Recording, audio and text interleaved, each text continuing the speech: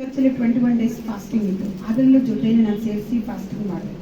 ಈ ಸಮಯದಲ್ಲಿ ನನಗೆ ಒಂದು ಸಹೋದರಿ ಇದ್ದರು. ನಾನು ಉಡುಪಿ ಪಟ್ಟಣದವಳು.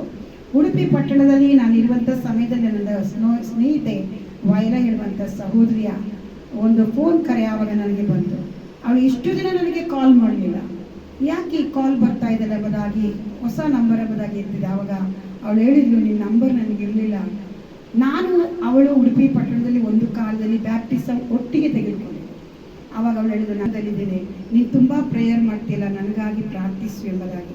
ಅನೇಕ ಅವಳ ವಿಷಯಗಳಿಗಾಗಿ ಕುಳಿತು ಪ್ರಾರ್ಥನೆ ಮಾಡೋದಕ್ಕೆ ದೇವರು ನನಗೆ ಆ ದಿನದಲ್ಲಿ ಕೃಪೆಯನ್ನು ಕೊಟ್ಟರು.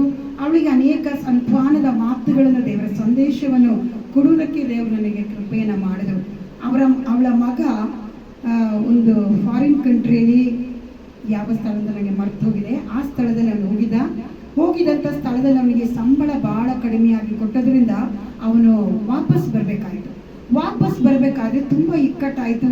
ಅವನು ಬಂದು ಬಾಂಬೆಗೆ ಇಳಿಬೇಕೋ ಅಥವಾ ಬ್ಯಾಂಗ್ಳೂರ್ಗೆ ಇಳಿಬೇಕೋ ಎಂಬಂಥ ಒಂದು ಪರಿಸ್ಥಿತಿ. ಅಂಥ ಸಮಯದಲ್ಲಿ ಅವಳು ನನಗೆ ಕಾಲ್ ಮಾಡಿ, ನಾನು ಏನು ಮಾಡಲಿ, ಈಗ ಎಲ್ಲಿಗೆ ಕರ್ಕೊಂಡು, ನನಗೆ ಮಗನಿಗೆ ಯಾರು ದಾರಿ ಇಲ್ಲ. ಯಾಕೆ ಯಾರು ದಾರಿ ಇಲ್ಲ?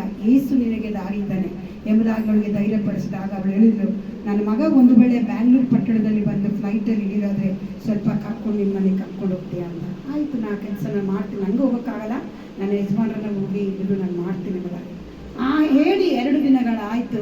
ಅಷ್ಟೊತ್ತಿಗೆ ಅವನು ಬರುವ ಫ್ಲೈಟ್ ಎಲ್ಲಿ ಹೋಯಿತು, ಬಾಂಬೆಯಲ್ಲಿ ಬಂದು ಸ್ಟೇ ಆಗ್ತದಂತ ಗೊತ್ತಾಯಿತು. ಬಾಂಬೆಯಲ್ಲಿ ಸ್ಟೇ ಆಗಿರೋದ್ರೆ ನನಗೀಗ ಇನ್ನೂ ಇಕ್ಕಟ್ಟಾಯಿತು. ಆ ಸಮಯದಲ್ಲಿ ತಕ್ಷಣ ನಾನೇನು ಮಾಡಿದೆ, ನನ್ನ ಅಣ್ಣನಿಗೆ ಫೋನ್ ಮಾಡಿದೆ, ನನಗೊಂದು ಸಹಾಯ ಆಗಬೇಕು, ಏನು ಅಂತ. ಈ ಥರ ಅವನಿಗೂ ಗೊತ್ತು, ನಮಗೆ ರಿಲೇಷನ್ ಅವಳು, ಈ ಥರ ಅವಳ ಮಗ ಬರ್ತಾ ಇದ್ದಾನೆ.